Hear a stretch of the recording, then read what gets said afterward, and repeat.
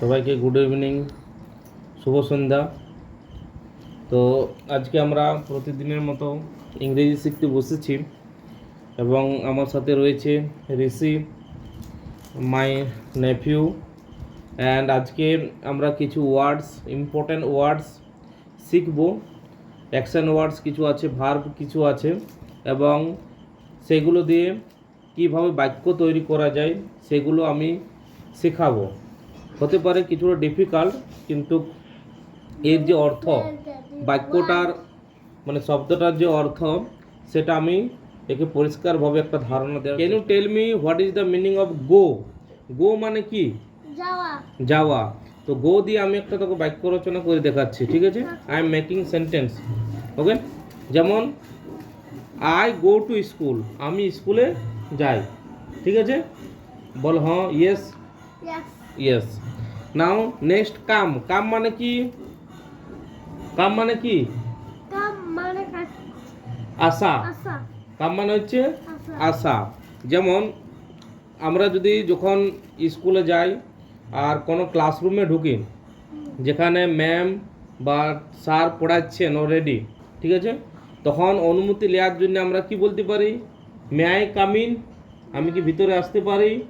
ওকে, তো ওখানে আমরা আশা অর্থে আমরা ব্যবহার করতে পারি কাম, ঠিক আছে? নেক্সট, সেটা হচ্ছে ইট মানে, ইট মানে কি? খাওয়া। খাওয়া।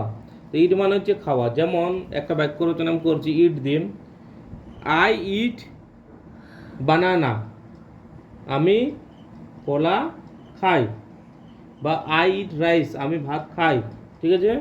ওকে, নেক্সট রিড। রিড মানে পড়া। পড়া, গুড। তো রিড দিয়ে একটা বাক্য রচনা করা যাক, আই রিড বুকস, আমি বই পড়ি, ওকে? Next drink.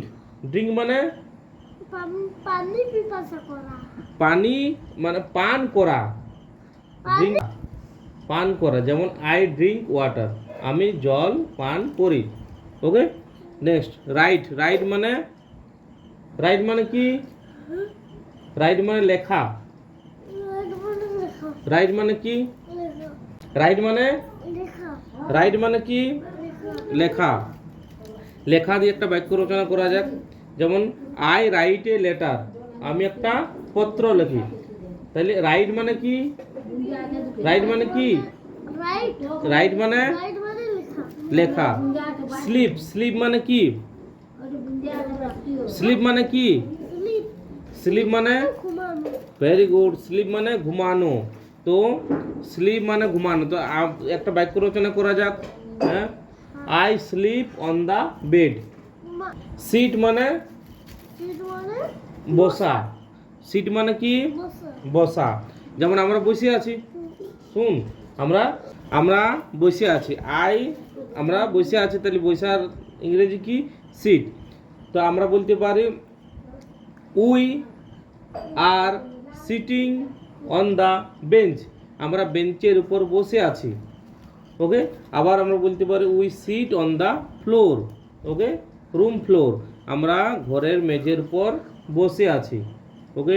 আর একটা বলছি স্ট্যান্ড। স্ট্যান্ড মানে হচ্ছে, স্ট্যান্ড মানে কি?